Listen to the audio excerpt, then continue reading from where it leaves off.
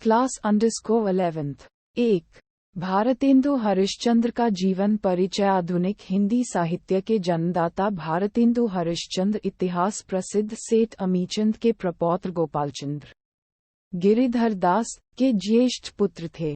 इनका जन्म 9 सितंबर सन 1850 ईशून्य को काशी में हुआ था।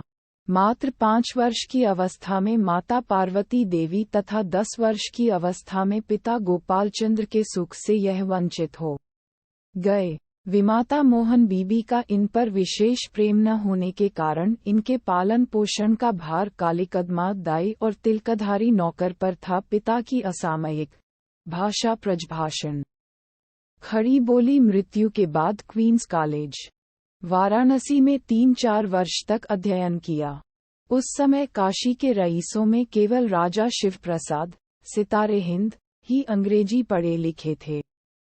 इसलिए भारतेंदु जी अंग्रेजी पढ़ने के लिए उनके पास जाया करते थे और उन्हें गुरु तुल्य मानते थे। कॉलेज छोड़ने के बाद इन्होंने स्वाध्याय द्वारा हिंदी, संस्कृत और अंग्रेजी के अतिरिक्त मराठी, गुजराती, बंगला, मारवाड़ी, उर्दू, पंजाबी आदि भारतीय भाषाओं का ज्ञान प्राप्त किया।